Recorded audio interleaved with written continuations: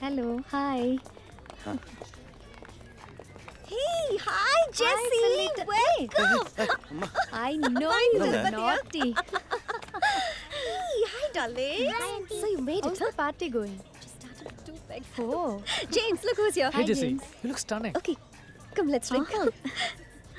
Your drink, sir. Hey. Hey, Adira. Hi sir sir யார் தெரியும்ல இவர் தான் ஜெஸி ஹஸ்பண்ட். Hi Manoj. ஓ யா சார் போஸ்டிங் தெரியும்ல. சார் நான் ஒரு வேலையும் பார்க்கல, சும்மா தான் இருக்கேன். ஹவுஸ் ஹஸ்பண்டாக இருக்கீங்களா சார்? சார் ஹவுஸ் ஹஸ்பண்ட்னா என்ன மாதிரி வேலை இருக்கும்?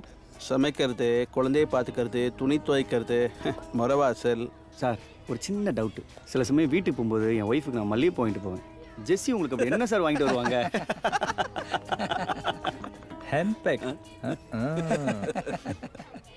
நான் ஊரா சார், உங்கள் டபுள் மீனிங்கெல்லாம் எனக்கு அர்த்தம் தெரியாது. ராஜபாளையம் பக்கத்தில் சேத்தூர் கரட்டு மண், ஏர் பிடிக்கிறது வரப்பு வெட்டுறதுன்னு கஷ்டப்பட்டு வளர்ந்த உடம்பு. ஆனால் முரட்டு உடம்பு. நல்லா பார்ட்டியில் குடிச்சிட்டு சிக்கன் மட்டன் தின்னுபிட்டு ஒயிட் ரைஸ் இருக்கா ரசம் இருக்கான்னு தேடி அலைவீங்களே, காலையில் கழியும் போது நல்லா கழியணுன்றதுக்காக. அந்த வெள்ளை அரிசியை உருவாக்குற ஜாதி நாங்கள்.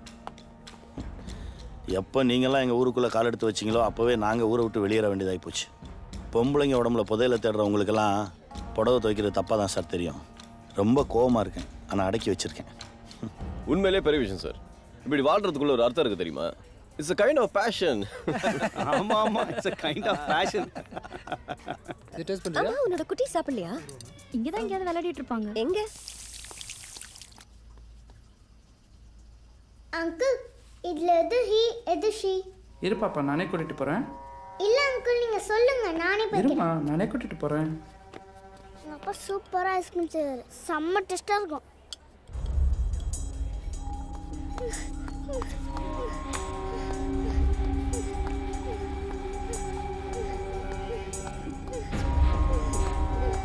என்னடா? ஏய் ஆதி, என்னாச்சுமா? Bad touch. யாரு?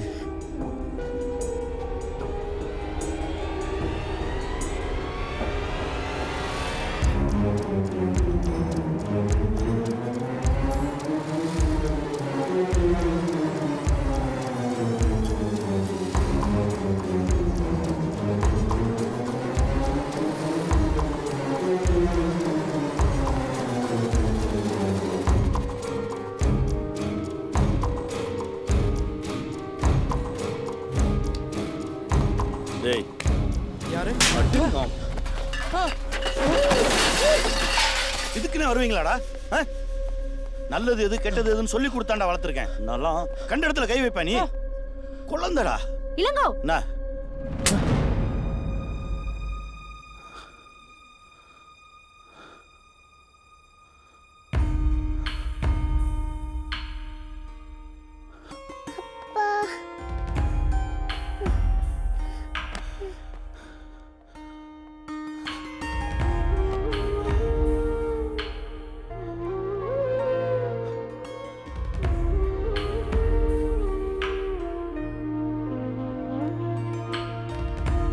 Jessie, wait.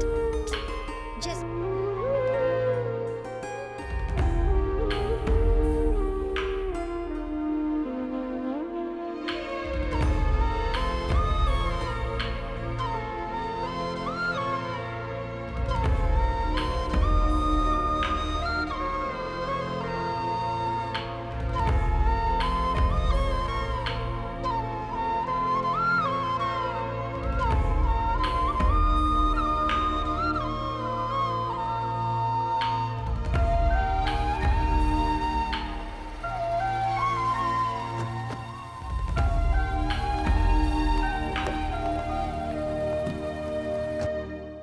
நீ அங்க ரியாக்ட் பண்ணிருக்க கூடாது, என்கிட்ட சொல்லியிருக்கணும்.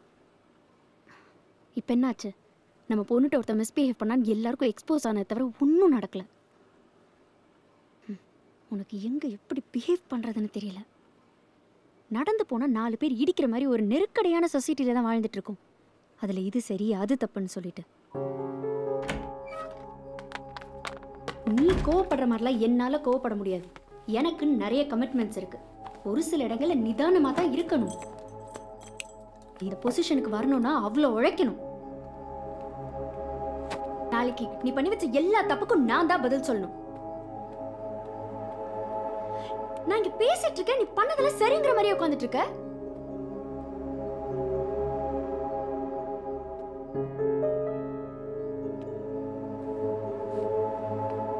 நான் இங்க பேசிட்டு இருக்கேன்.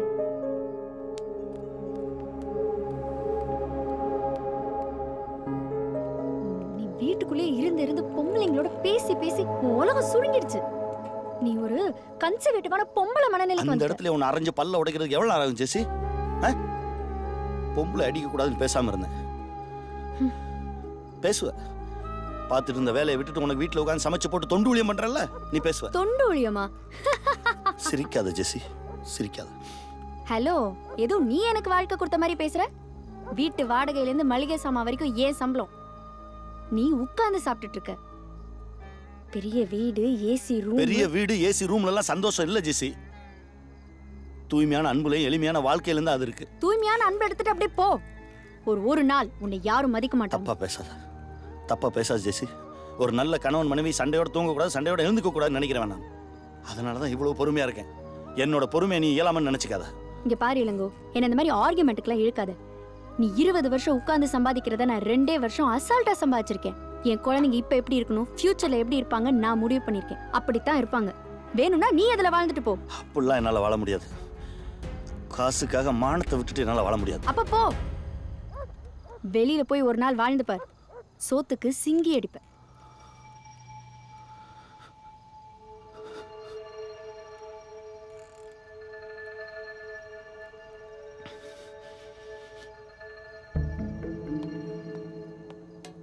முடியலனா திரும்ப வந்துரு, மன்னிச்சு ஏத்துக்கிறேன்.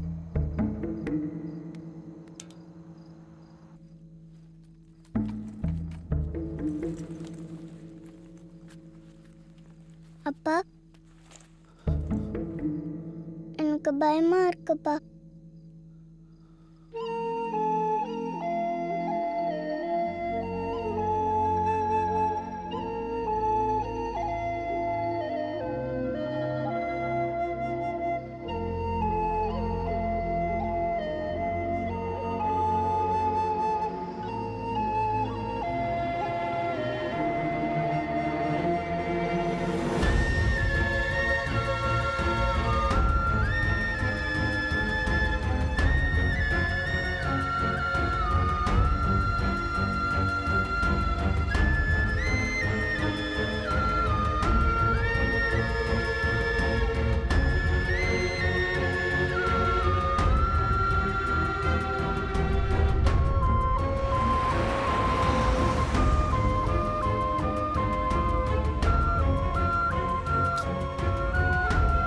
இப்போ எங்கப்பா போறோம்? அப்பாவுக்கு ஒரு ஃப்ரெண்டு பணம் தரணும், அவரை பார்க்க போறோம். கொஞ்சமா நிறையவா? 50,000. 50,000. இந்த காசை வச்சு நம்ம என்னப்பா பண்ணலாம்? நிறைய பண்ணலாம்டா. வீடை கண்டுபிடிக்கலாம், வேலையை கண்டுபிடிக்கலாம், செலவுக்கு வச்சுக்கலாம், ட்ரெஸ் வாங்கலாம். சூப்பர்ப்பா. ம். இந்த காசு நம்ம கிட்ட இருந்தா நம்ம கடவுளை ஜெயிச்சிரலாம். ஆமா, வீடு வேலை எல்லாம் கடவுள் தானே வச்சு வச்சிருக்காரு. அப்ப நம்ம அதை கண்டுபிடிச்சோம்னா கடவுளை அவுட் ஆக்கிடலாம். அச்சச்சோ, ஏன் நீ எப்பவுமே கிஸ் கொடுத்தா எனக்கும் அகரனுக்கும் தானே கிஸ் கொடுப்ப. இப்ப பாவம்ல அகரன் முத்தத்தை மிஸ் பண்ணிட்டான். அப்பா, இதுல முத்து கொடு. இது அகரனுக்கு.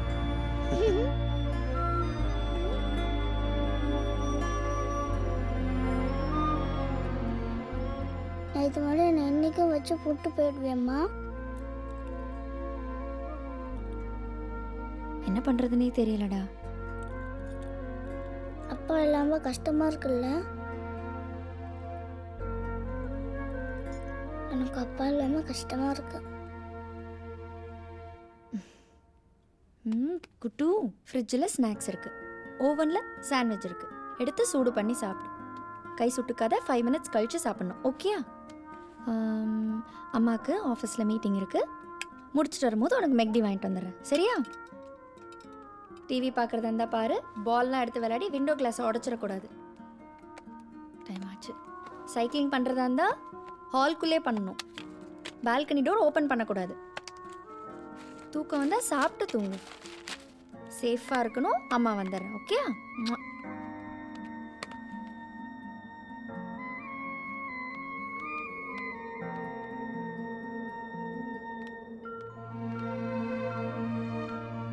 இங்கே பார், அம்மா யாரை நம்பியும் இல்லை.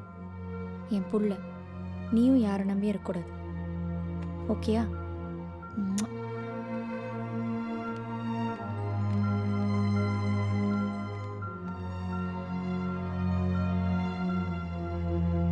சரஸ்வதி அக்கா, ஒரு நிமிஷம் நில்லுங்களேன்.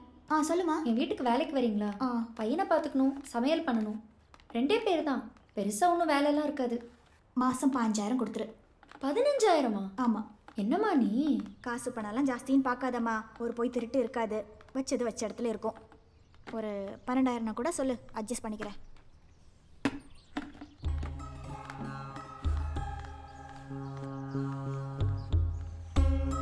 ஏம்மா, உன்னைய நம்பி 4 வீட்டு வேலையை விட்டுட்டு தான் வரணும். வீட்டுக்காரர் திரும்பி வந்துட்டாருன்னு பாதியிலே என்னைய துரத்தி விட்டுறக்கூடாது. இப்போவே சொல்லிட்டேன்.